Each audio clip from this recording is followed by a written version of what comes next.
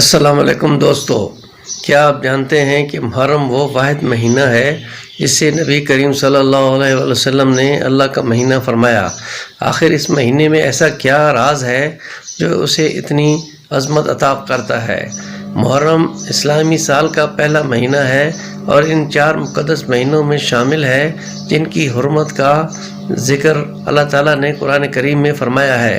اس مہینے میں نیکیوں کی قدر بڑھ جاتی ہے اور گناہوں سے بچنے کی خصوصی تاکید کی گئی ہے۔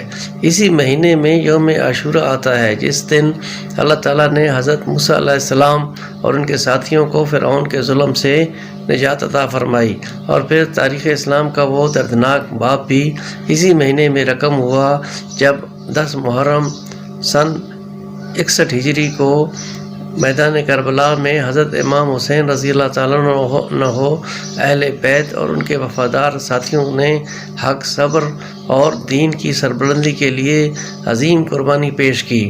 کربلا ہمیں سکھاتی ہے کہ حق پر قائم رہنے کے لیے بڑی سے بڑی قربانی بھی دینی پڑے تو پیچھے نہیں ہٹنا چاہیے۔ محرم صرف ایک مہینہ نہیں بلکہ ایمان، صبر، قربانی اور اللہ کی اطاعت کا ایک عظیم پیغام ہے۔ اللہ تعالیٰ ہمیں محرم کی برکتوں سے بھرپور فائدہ اٹھانے اور امام حسین رضی اللہ تعالیٰ عنہ کی سیرت سے سبق حاصل کرنے کی توفیق عطا فرمائے، آمین۔ مزید مستند اسلامی معلومات کے لیے جاویداں اسلامی کو سبسکرائب کرنا نہ بھولیں۔